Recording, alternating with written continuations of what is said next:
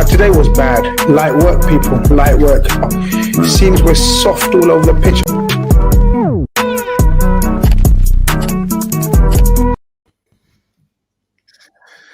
Good evening and welcome to the reaction match YouTube with my good man Conroy. They told us that it was over. The glory days were over. They told us the squad wasn't deep enough. They told us that our players were past their prime. And how do we react to they? By putting another trophy on our glorious trophy wall. Liverpool 0, Chelsea 0, but the most important scoreline was 11-10 on penalties. Liverpool now go ahead as the most decorated team in league. Milk, Worthington, Carabao Cup, glory, and most importantly, Jurgen Klopp picks up his 5th trophy as Liverpool manager. There's a lot to be happy about. There's a lot to celebrate. As you can see, the two men, the two guys who didn't get to go to the game are in the house tonight. The boss obviously managed to grab himself some tickets, so the boss might show up. He might make a cameo appearance. He might come off the bench and last minute screaming like Origi. But until then, Conroy, how you been, man? Oh, yeah, I think my voice, I'm not putting this on, my voice says it all. And I genuinely, I'm probably the more level-headed, can control myself. But no, as soon as it hit 60 minutes today, I was bad, mate. Really, honestly, I'd honestly would say that might be the most stressful game I've ever watched.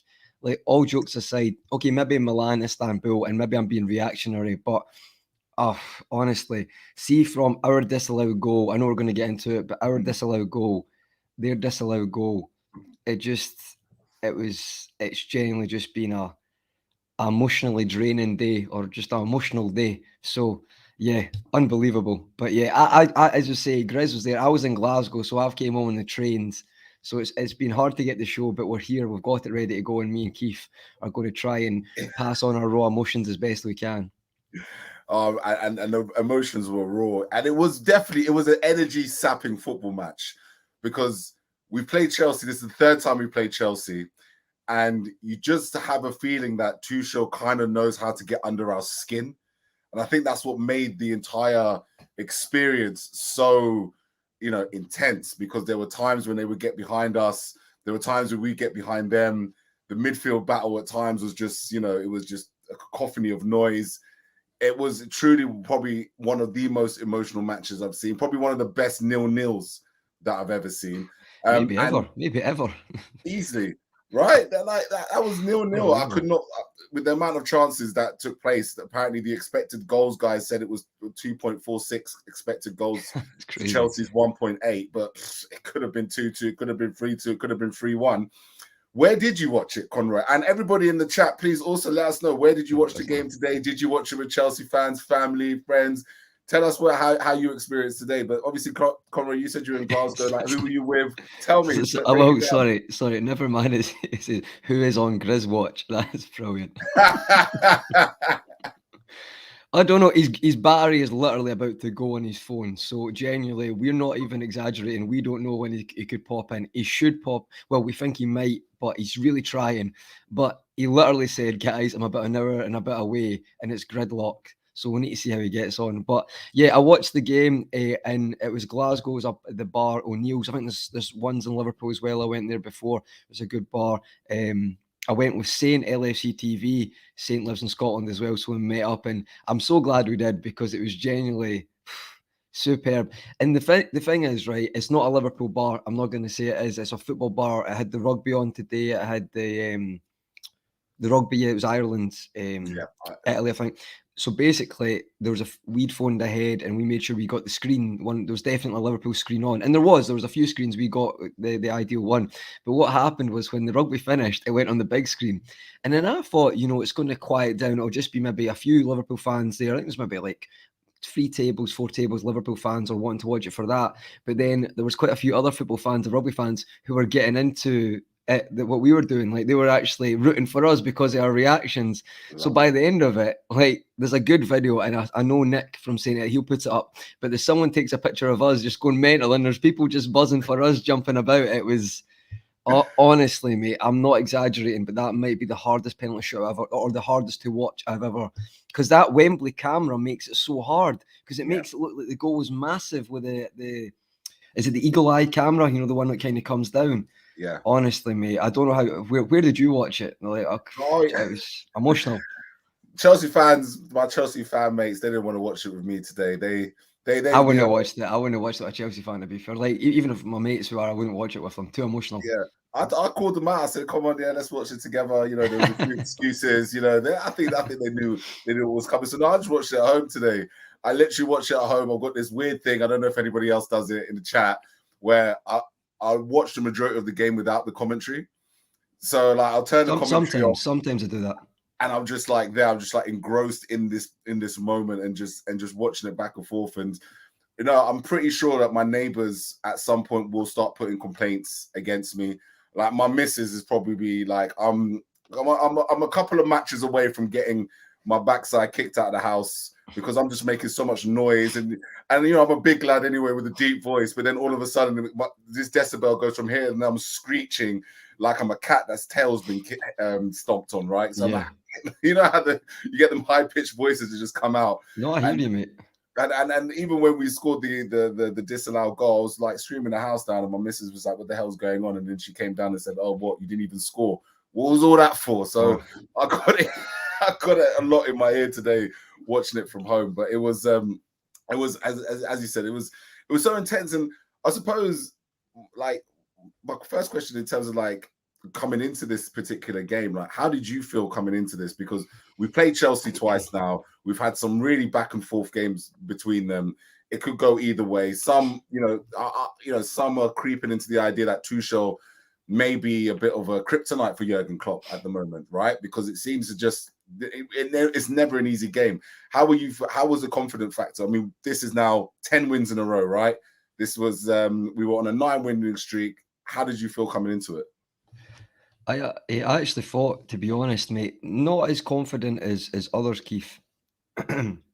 I feel like Tuchel is, I've said this before, I think he's the best at adapting to in-game situations of any manager in the Premier League. I think he shows that. And what I mean by that is I don't mean that Klopp and Pep don't, but I think Tuchel is quite ruthless. Like he'll go from a back three to a back four within minutes. He won't care. He'll change it back.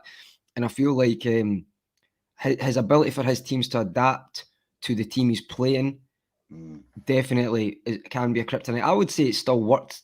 Like if you look at today, I'd say today's a weird game. There's spells for both teams, but if you watch the two games this season, like Tuchel's plan works at Anfield, and then we get a penalty, finishes 1-1. We can't break 10 men down. He really gets the plaudits for that. Probably we can't break them down.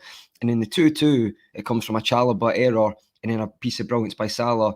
And then I think in the second half of that game, we really do show that Klopp shows his tactical ability to change, as he always does. But today, I still thought they were going to be hard to break down. And that's why I was fuming when Manny misses that chance. Like, that is not good enough for me, not good enough for any professional footballer at that level who's playing in a final. You have to finish that. However, you can't be a hypocrite. You know, Pulisic misses an absolute open goal. And Mount misses 2 open goals. The volley, got to score that, and the one hits the post, got to score that. So we got away with murder in that aspect. But still, it was a strange one, mate. It was like, I feel like Tuchel is so good at adapting to other teams to make it difficult that I feel like you can't be deluded and say he's not that good, because you can tell he is. Like, he's shown it on enough occasions. That's why I think the win was so amazing today, because it felt like we weren't going to get it and we got it over the line. So it's just amazing. We've spoken about this numerous times about the Carabao, this Carabao Cup run, right? We've gone into it. Obviously, you know, our main man, Ivan, at the time, he's, you know, domestic cups mean nothing. All of a sudden, we've all thought that, really. I mean, Carabao Cup, even for myself as well, is kind of like a meh. If it happens, it happens. If it doesn't, it doesn't. It's gone from being an almost, you know, not talked about topic to being now almost like a real pinnacle point of the season. Like going into this, win or lose, like did you see this having an impact on our season, or is the trophy not significant enough, I suppose, to have an impact on others? Because you see it with Manchester City, right? Manchester City seemed to win this trophy. It was almost like City used this trophy as a catalyst to go on and win others. Did you see that coming into this game as a free hit? Like if we lose it, great. If we win it, it's all good. Or is this quite a significant day in what we're trying to achieve this season? No, I think when you're viewing a top six rival, especially. No, I'd say any top six rival, but especially Chelsea or United, where it means more. Like people disagree, fair enough, but to me that's just like a Champions League final today. Like losing the final to Chelsea or a top six rival, I think it's just you don't want that heartbreak anyway. And I feel like specifically the way it went today, Keith, like that's a lot of emotion. That is so much up and down. I thought Lukaku scores, the offside, I think it's onside. I'm like, we're not scoring against them. We've struggled to break them down extra time. That's us lost it. To go from that to the elation in Matip scoring, to that getting pulled back, we'll go into that tomorrow. We're not going to go into it, but you know what I mean? Then to win on penalties when they bring Kepa on, and like I don't know if these are like or if we're purposely forgetting that Kepa's probably one of the best penalty kick savers. Like you can joke, right? Kelleher never got near a penalty either, right? But Kepa's I think won like 5 penalty shootouts. So like when I'm seeing that, and so was Nick, he's thinking Chelsea the odds are in their favour to win a penalty shootout. They've had quite a lot recently, so have we, to be fair. But genuinely, I was it was just felt kind of this game, the way it's penalty shootouts, 11 penalties in. If we win this, I think that's massive. Like, because on top of that, Keith, it's not just like the players who've won the league, won the Champions League. It's people who've been good but have not won a trophy yet. Shimikas, Diaz right in the door, but Thiago, Elliott's won a medal. But to be part of that with the penalties, I forgot a few. Kinate, Jota. People forget Jota's not won a medal. Like being brilliant, but not won a medal. Like that unifies the squad, and I think it's a massive catalyst, mate. I really, really do, because you cannot tell me when that got to the penalty shootouts that you were not desperate to win that game. There's no Liverpool fan in the world who's not going to say that. So I think it's a huge result, and I think it could kick us on. We're already on Man City's tails, but this if you want to do like the quadruple, if you want to talk about it like that, I think this even helps with the Premier League, the FA Cup next week. Like we'll be wanting a taste of the domestic cups now. I think we'll go for it, and we've got a depth for the squad now, Keith, that we can put a pretty great squad out next week to play Norwich. That's not necessarily our first team and still go through. So it's really brilliant. I mean, you touched on emotion, and it was a lot of emotion going into the choosing of the side. And obviously, let's start by talking about the Kelleher introduction. We talk about squad depth. It's been a massive talking point from this club this season, but I never thought in a million years I would ever see a Liverpool Football Club have strength in depth in the goalkeeping position. Like it just fascinates me that we have two outstanding goalkeepers, and Kelleher got the nod. Klopp kept to his words, and he gave him the nod. Now, I personally believe this. He says, it was an emotional decision. No, it was a more emotional. It was a human decision. I tend to disagree. Kelleher is good enough that you can take that risk with. We're talking about another young keeper who was playing in the League Cup a few games, but still a bit not comfortable, quite edgy, etc., etc. I'm not so sure Klopp gives him that opportunity. But I think Kelleher is that good, that calm, that cool, that collective, that he genuinely warranted a start. Not just because he was picked, because from a human level, Minamino should have started. He's the second top goal scorer in the League Cup. He didn't get a sniff in. Yeah. So Kelleher gets the opportunity. How did you feel about that going into this match? And what have we got with Kelleher right now? Because ultimately, I'm going around calling this the League Cup, giving it a new name. The Kelleher Cup. 3 penalty shootouts now won in the League Cup. He seems today's one, to be fair, mate. Other ones he had a big say. He wasn't the winning goal. Taking wise, 100%. Yeah, saving wise, not as much today. But listen, no one got near any of the penalties. But I agree. I think I did think he would play. I feel like you're right. I think with his feet, he showed he's good enough. He's a very able deputy. I also think he's probably. I don't have the stats, Keith, but I think he's proved he's saved much more pens than Alisson. If it comes to penalties, like let's be honest, Alisson's best keeper in the world, but not the greatest penalty saver. So I think that might have been in the thinking as well. So there's quite a few positives with Kelleher to play that would allow him to step in and would be fine. So I agree with you. It is the human level there to a certain extent, because obviously what saves a penalty against Leicester, it gets us through against Arsenal, plays very good against Arsenal as well. So I understand that, but I think he's good enough, isn't it? It's not like you're putting a liability in there. You know that he's a strong performer. And when he's played against Chelsea recently at Stamford Bridge, I thought he played quite well, to be honest. He couldn't really do much about both those goals. So what does he bring that maybe, obviously, we know Alisson is heralded as the best goalkeeper, but is there anything different that you see Kelleher bring to the table that maybe Ali doesn't have? Not really. I think Alisson's like quicker at coming out and stuff, but I think he's one of the best at that in the world. I just think Kelleher's penalty saving's better, and that might have been. I'm not saying that's Klopp's thinking, by the way. I just think like he's good with his feet. He's like a perfect understudy to Alisson. Perfect understudy to Alisson, and I feel like you saw that at the end when they're hugging, they're happy. I feel like I'd mentioned a few times on the show, Keith, that if Kelleher maybe wants to go out somewhere to get experience, but I think today he might want to stay part of that team because he knows he will get certain opportunities to be part of it. And I think today when you see him and Alisson hugging and he's so happy for him, I think that says a lot, because I don't know if you get that. Keepers do have a union, like keepers do back each other a lot, but I think that was a really, really nice thing to see today. And yeah, what a penalty, by the way. What a penalty. Unbelievable. Top bins. He's taking the absolute mick, to be perfectly honest with you.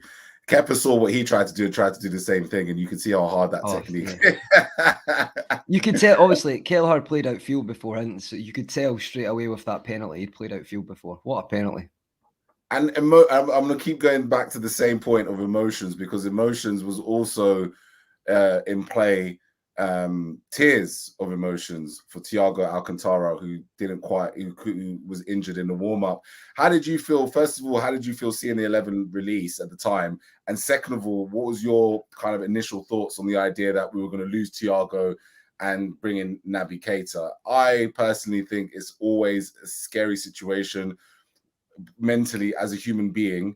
You think like, professional footballers, the top of the top, even they can be almost, you could forgive them sometimes for thinking the reality is going to be one thing, and then all of a sudden they're on the pitch playing in front of 90,000 people in the cup final, as Keita was. Like, that was a big switch. Like, how did you feel, about when that situation cropped up? I thought it was a joke when that Paul Joyce tweeted about it. It sounds like a joke. Yeah, it's a Liverpool thing. that would be that. It's just taking a minute. But yeah, no, the 11 that came out, and then obviously the Thiago injury. How did you initially react to that? To be honest, I found it quite late. Like, I literally got into where I was watching it, and it was informed as the game was starting. I wasn't sure if it was a joke either. To be honest, Keith, it's frustrating. I think, like, it's unfortunate. I will find out more exactly what the injury was, but I mean, people will use that against Thiago, like Thiago getting injured before a final. You couldn't actually write it, because it's just very frustrating. You could tell how upset he was, so it was very frustrating. But as I said, Keith, you need to do what you need to do, and I kind of forgave Keita how he started the game because of that, because I do think you have to remember, if you're getting ready to sit on a bench, right, and expecting you might come on in the 60th minute, then someone says, right, get ready, you're starting. As cynical as I am to people making excuses for footballers, I do think you can forgive someone for that, because I think that's only human nature and psychology. So I did actually. Naby had my sympathies, and obviously Klopp's game plan as well for the full week, with everyone's game plan of how they would break down Chelsea with Thiago and Fabinho goes out the window as well. So very frustrating.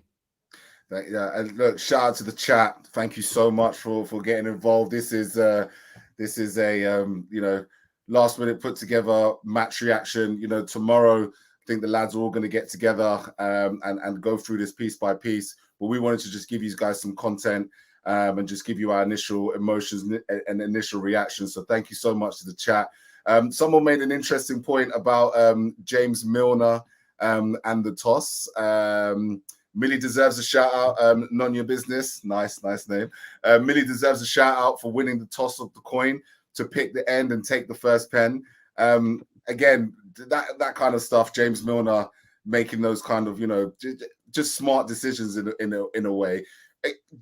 Is there a point to make in terms of that kind of stuff? Penalties, in your own corner with the fans behind you, that kind of thing. Does that give it that extra edge? I mean, 21 penalties were scored between the two, so clearly there's a lot of ice cool people in the building. But are small decisions like that helpful? Maybe when someone like a Kepa does step up and ultimately has that situation. Has James Milner used his noggin yet again?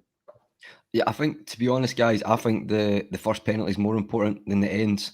Ends is great, but I think first penalty, because if you miss, you get a lifeline, depending on how it goes. But if you miss your penalty, they could still miss. But I think second, listen, it's all about the quality and coldness you have as a player to be professional and score your penalty. But I do feel like I always prefer to go first. Having the end's great as well, but I'll be honest, sometimes when fans boo, I don't know if it really has an effect.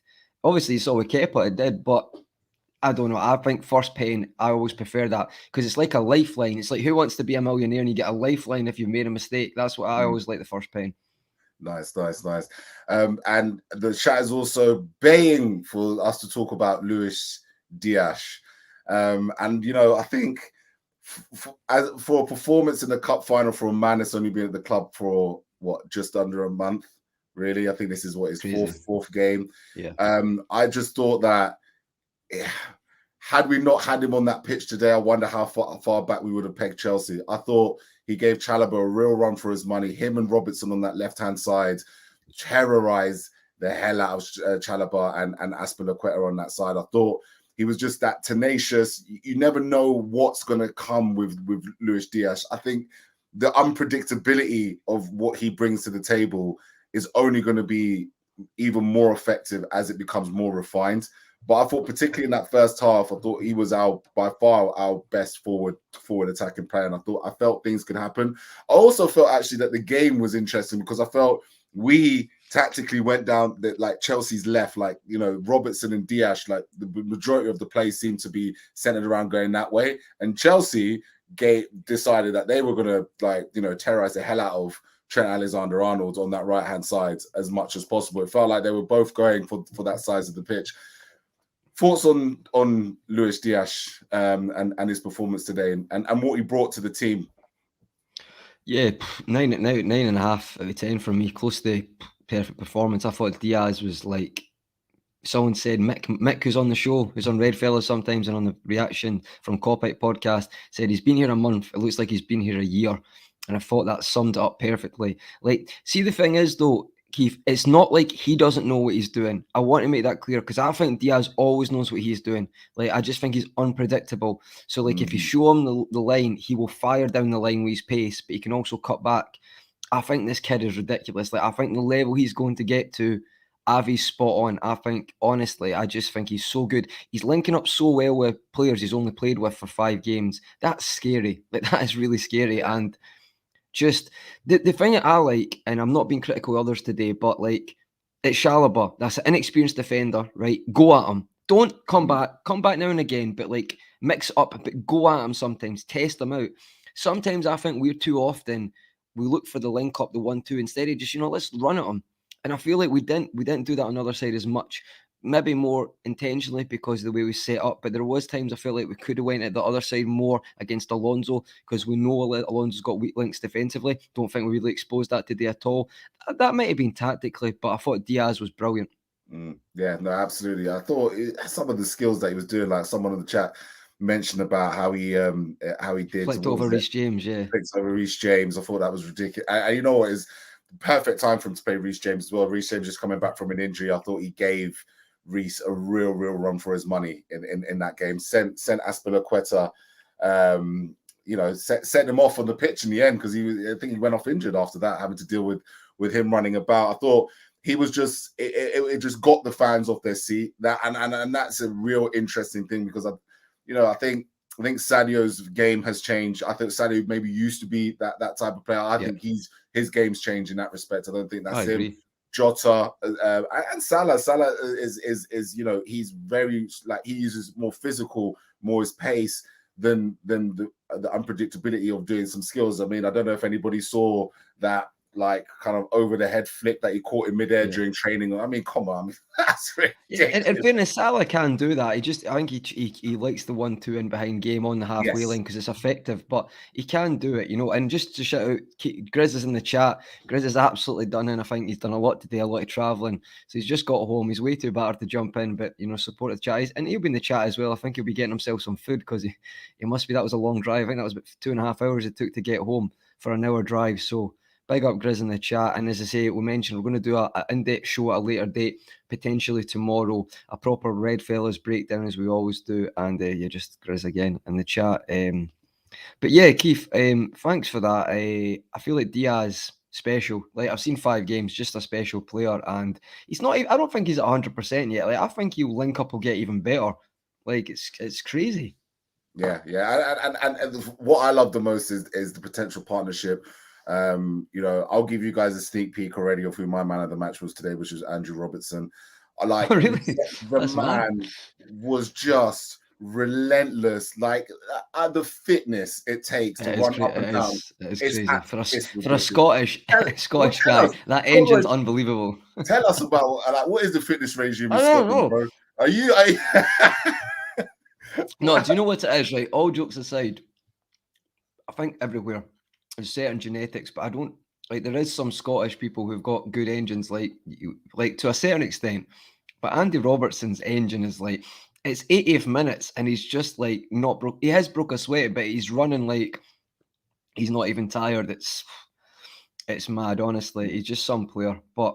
And it's the link up with him that I'm looking forward to the most, when that becomes even more refined, because that I feel real we love Diaz for the skills and the thing he possesses, but I think Diaz is going to sit there and think, wow, I've got this guy as my partner on the left side of this frame. We're just gonna create. And he plays it quick. That's what I like about Diaz. Is Robbo's got that kind of aura now because he's one of the best in the world. The Diaz, when he sees it, he plays them in, and they're quite respectful of each other. They'll give the ball when it's on.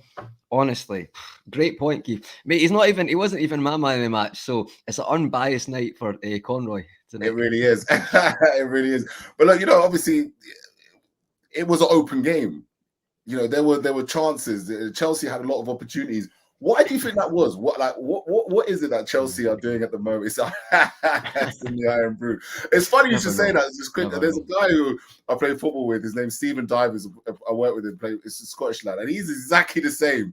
So he just I call him Mini Robbo because he just doesn't stop running. I get tired watching this guy. So I need to start drinking Iron Brew clearly because it's Iron Brew is great. I'd recommend it. I'd recommend it, but that's not for that. I wouldn't recommend it for a game of 5-a-sides though, because I tell you right now, that probably won't help. But you never know. I love it. But yeah, go back to Chelsea. Obviously, Chelsea had the first major chance of the game that falls to Pulisic. They did that a lot. I felt there was times and situations where it almost felt like it was 3v3. You know what I'm saying? Pulisic, Havertz, and Mount got in behind a lot. What is it that you're seeing? Is because I feel like this has been a pattern that's been emerging when we've been playing Chelsea. They seem to be able to get quite in between our defenders.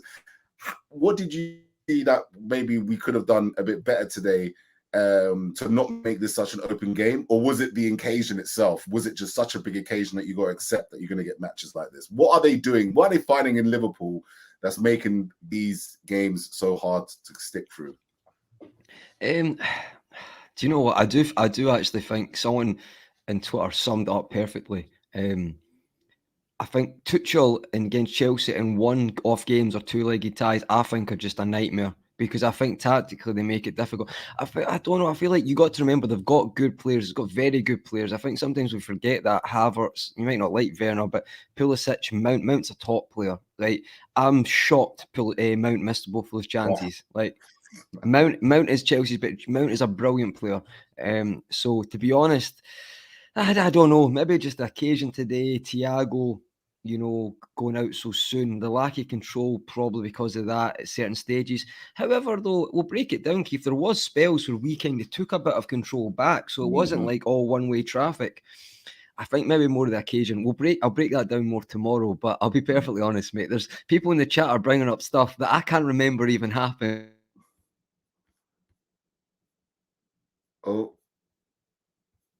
Oh, now really am a one-man band.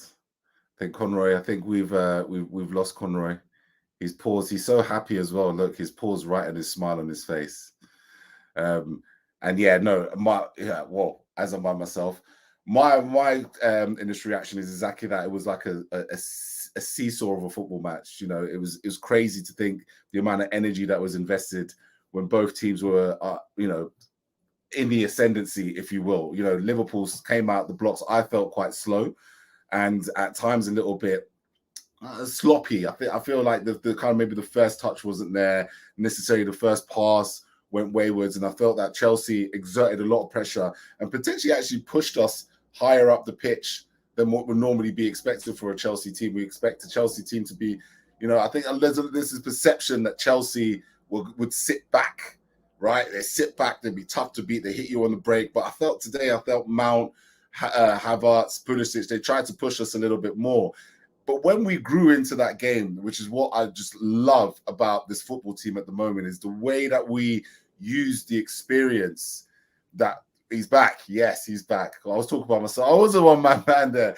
But I was just going to say, you were saying about how it was waves and it was back and forth. And what I loved so much about this Liverpool team is the experience that's embedded in these players now to deal with certain situations and certain moments on the big stage and swing it around in our favor.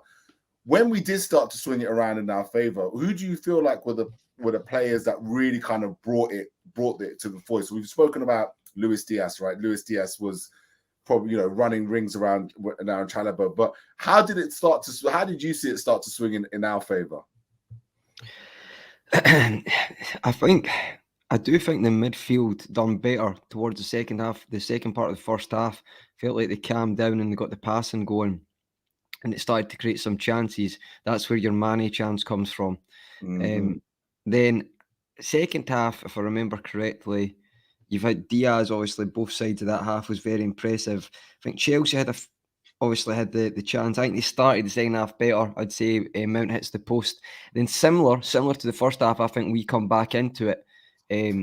But it was waves and waves. Specifically, I think Diaz a lot of plaudits today, Keith. Not to repeat what you said, but I think he was important when we're breaking, especially to really cause Chelsea problems and really get us up the park. On that, I think he was easily the best out the front three. I actually thought Hendo done pretty decent as well today, and I think Robbo, and obviously Robbo and Luis Diaz, and I would say were the main threat for us. But I do think that was tactical. You've seen them going down that side a lot. So I would say that was maybe the key parts. Who did you think was a key component for that today? So for me, in terms of the way the kind of game changed in our favor, I felt Robertson and Diaz, the aggression that they provided on the left-hand side helped peg back Chelsea quite a bit. I thought them two in particular just gave so much to just carry the ball out of dangerous situations. I thought Fabinho had one of those games where he just seemed to be involved in absolutely everything, the good, the bad, the ugly. Like at times I felt like, as I said, while Keita was trying to get into the game, I felt Fabinho was the one that was going in, winning tackles. It's almost like he'd win a tackle, then Kante would win that tackle, then the ball would bobble left, right, and center. So I thought he helped transition us a little bit better. And even though he had a quiet game, I still felt that some of his passes when Trent did get on the ball and let these passes go again helped a little bit in bypass, because what I saw was Chelsea were pushing us, which was almost allowing us to play a pass or two. If we got it right, all of a sudden we were in a more dangerous situation. Do you know what I mean? So Havertz, Mount, as I was saying when you just went off, I didn't feel like Chelsea did the thing that people keep saying they're going to do, which is sit tight, like, you know, No, the press quite high at times, didn't they? The press quite really high. And I thought that gave us the opportunity to be able to then come back into that game. But yeah, like I said, so I thought the aggression of Robertson and Diaz on the left-hand side, you know, really helped us get back into waves when Chelsea were coming back into it and for us to go into it. But, you know, look, obviously, I know we're going to talk for a couple more minutes. As I said, look, the chat, thank you so much for joining us. Shaq Aberdeen, happy birthday. Happy birthday. He said, drop the beat, Conroy. Yeah, we'll drop a beat now. We'll do a quick one, 2 seconds, just because Shaq's obviously, we'll just give me 2 seconds. We're not, the show's not finishing. We're just going to drop the beat, okay? So 2 seconds, right? We'll do it for him. Okay, since it's his birthday, all right? So.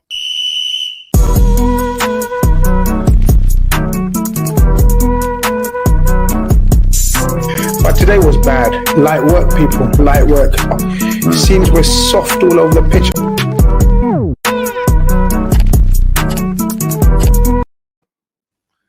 It's your birthday. We won 9 on your birthday. Go on, Shaq. Happy birthday to you, bro.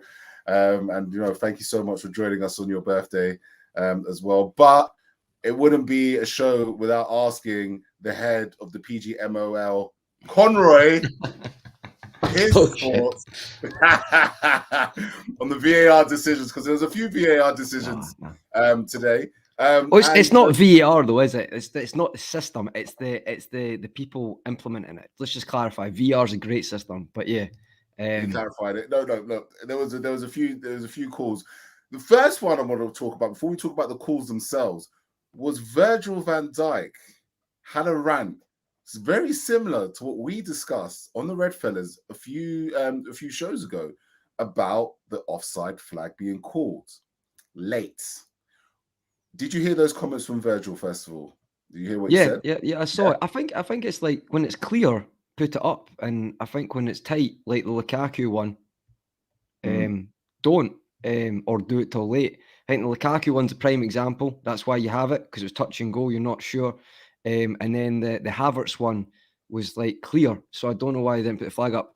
I don't know, Keith. I've listened to a few interviews. Like, you can't have a go at lines, people, because it's a very hard job. So I don't know if it's just because they've been told for 20 years to do this and now to not put it up, and they're finding it hard to judge the gap. I do think that will get better, to be honest. I think that's just a time. I know it's frustrating, but I don't. There's not really another way around it, is there? Like, if it's tight, they need to do it, because if it was onside and the flag up, they'd be fuming. So I think it will get better. I understand it's frustrating, especially like the Havertz one. Like, that's so obvious. So no, I do agree with that.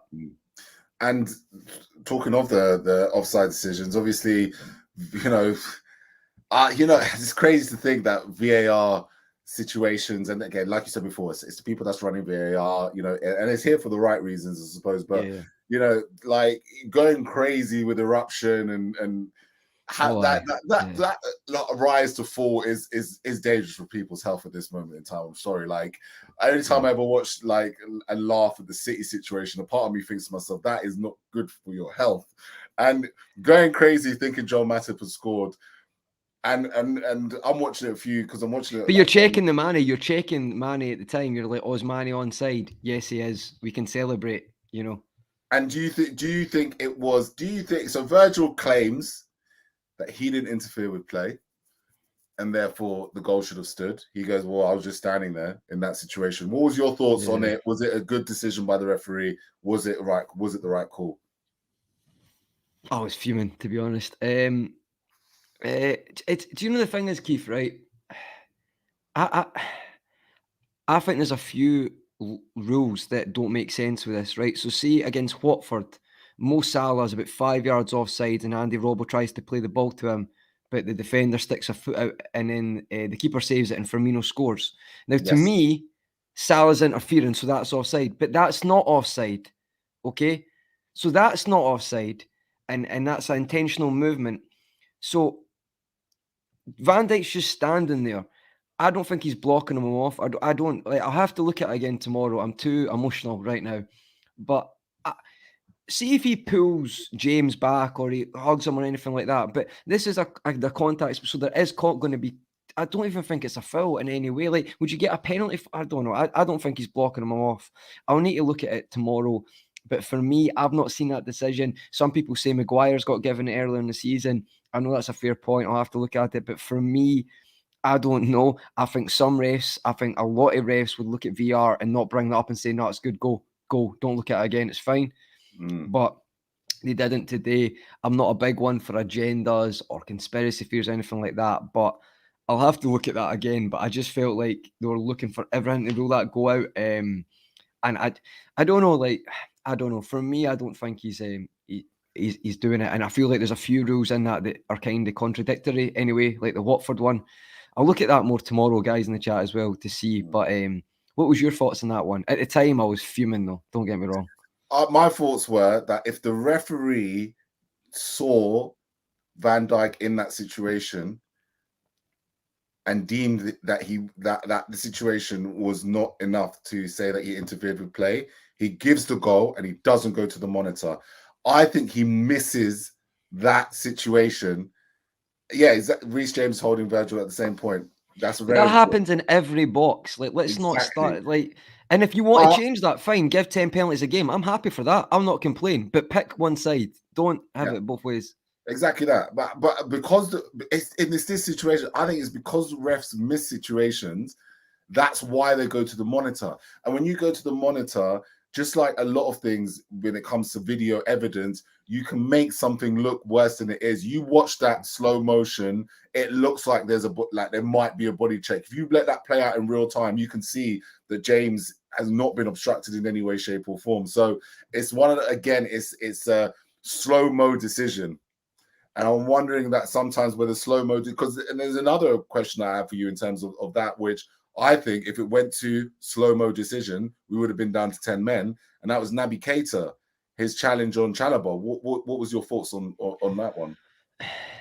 Do you know, maybe I'm being biased here. I might have to look at that one again, guys. But genuinely, right, I could be talking rubbish here, but at the time I thought, see the fact that none of them touched the ball, maybe help Keita there. So do you get what I'm saying? See if Chalobah nicks the ball when he gets caught there. I think maybe that's what I thought the referee's point was, that they never touched the ball and then they kind of, both their legs had to land somewhere. However, like, don't get me wrong, like I thought that would have been checked. I think that could have been, obviously was checked. I think that could have been a red card. What did you think? Did you think sometimes you slow everything down, you make it worse, or? I think, yeah. Well, for me, those kind of challenges, I think, very unfortunate to when people get sent off for those kind of things, because you can see that Keita is looking at the ball and Keita's not going in with any force on the ball. However, sometimes in these situations, something could look worse than what it is. And where is he meant to put his foot, though? That's what my question would be. Exactly. Where is he meant to put his foot? Because if he's focusing so much on that, where is he supposed to put his foot? But at the same time, if the ref looks at that in slow motion on the VAR and the VAR says, so the refs I think the ref saw that as kind of like, well, it was accidental. If he didn't see it, again, this is where I've got a bit of a question mark with the way rules are done, because I feel like if they don't see something, it almost feels like it's a impeachment on their judgment. It's like, oh shit, I didn't see it. Like, okay, and I've got to see it. Oh, I'm gonna watch it in slow motion. There we go. Maybe that's a good decision, Keith, though. Maybe you would say that is a good decision by VR to say, like, do you know what? It's not. They both went in the Fiesta land somewhere. Like, people might say, like, if you go to a slide tackle and do that, but then I would argue that might be out of control. Whereas, he's not meaning to put where's his foot meant to go? So that's the reason I thought, because Chalobah didn't win the ball and the both feet had to go somewhere. That's why I think he got the benefit of the doubt. But yeah, it was a mad one. I could see if he did get a red card. I don't know if we could argue about it, but some people, I didn't think it was. But I know on Twitter some people are raging or fuming. But yeah, I think the way we've said it, I think if there was another challenge like sliding in, I think that's out of control. I don't think that one was, personally. That's me.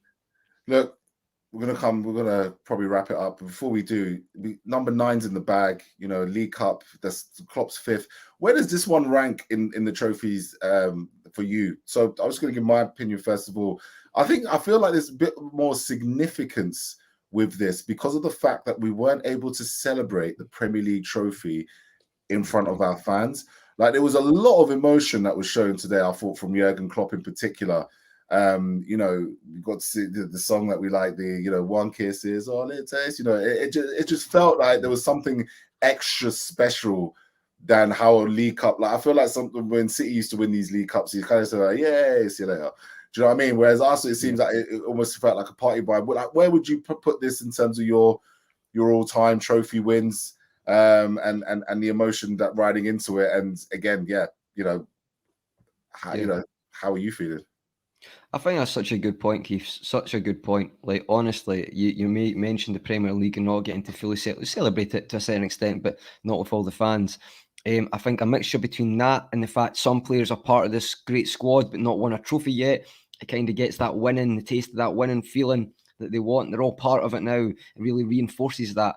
So I think those two are absolutely just kind of quantify it and put it together. And I think with the situation where we could potentially in free tournaments still to win, it just adds to that, the fuel to that fire, like, and I feel like everyone's buzzing, and they're buzzing because they know this is not just it as well.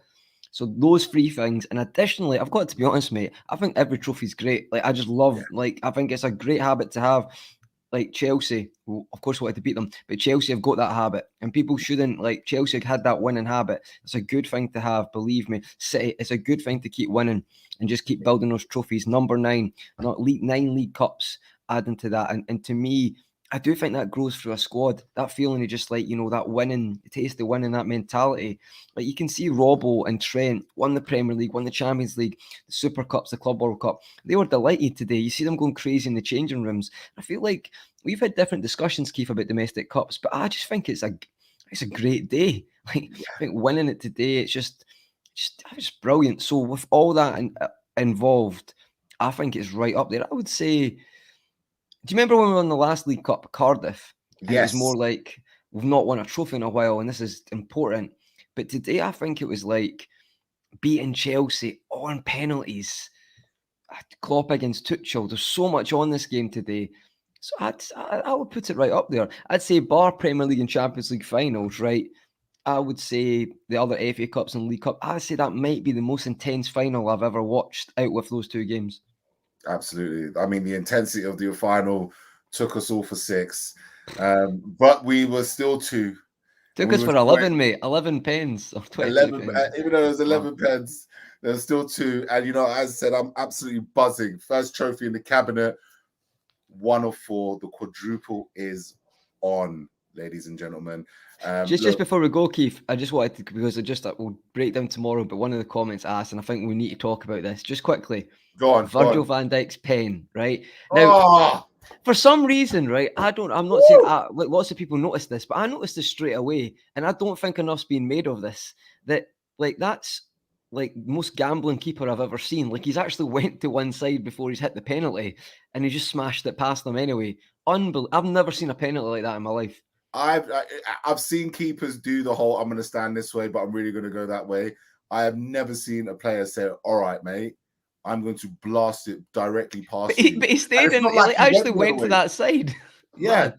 No, it was the alpha male in Virgil. Like, if you were to describe what is Virgil van Dijk as a player, as a person, what's his perception, that penalty pretty much sums it up. And you know what, Saint LFC TV, shout out you in the chat. Yeah, Flacco's penalty I was nearly sick. I was nearly sick with that one, Keith. That's too much. Honestly, doing that in a penalty shootout, mate. Honestly, I was nearly sick. Like, honestly, my heart was racing. It was so audacious. It was just ridiculous. It was sublime. Easily the 2 best penalties. I mean, you have to win. You know, you have to deserve to win after taking penalties of that magnitude. I thought all the penalties were great, but the Virgil van Dijk smashing it in, and he just staring at him afterwards. Even Flacco, because Kepa's trying to like get into his head a little bit, like he's tapping the thing, he's holding it down, and Flacco's like, okay, ding. It was a thing of beauty, man. Honestly, it was. So yeah, no, I'll be having that Virgil van Dijk penalty on replay for many months to come. Yeah, absolutely. And I think we'll break down the pens tomorrow. Like, I've got to be honest, I think they've practiced them a bit more.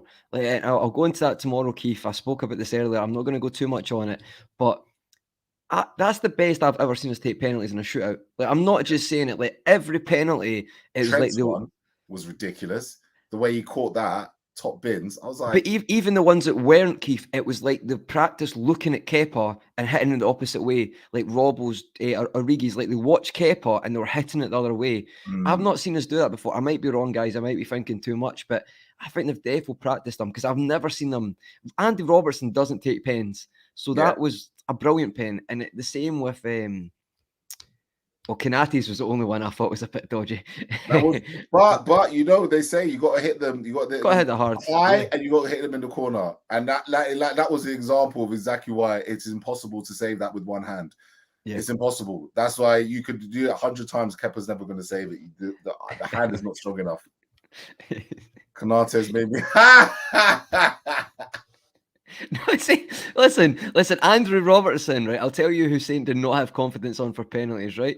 Andrew Robertson and Kelleher, he basically left the pub. He was ready to go home because they were going to miss, and they scored, so he was buzzing. Oh man, that's brilliant. That's brilliant. Listen, I know what to finish up, mate. I'll let you finish up, but quality show. We'll discuss that tomorrow. We'll break down the penalties in depth. We're going to break down the game, you know, minute by minute, you know, all the emotions that went into it. I can't wait to hear what Grizz has to say about his day out in the lovely Wembley. We'll definitely get some more info from him and how it was for him. But look, we are the Carabao Cup champions, and we move on. We march on. 10 wins in a row, first trophy in the cabinet, 5th for Jurgen Klopp, and most importantly, Liverpool are now the most decorated team in the League Cup, which is hilarious when you consider Klopp's relationship with this competition. It's just amazing. You guys are amazing for joining us and celebrating with us. Have a lovely rest of the evening or a great start to your day, wherever you may be. Thank you so much for joining us, and we'll see you soon. Take care.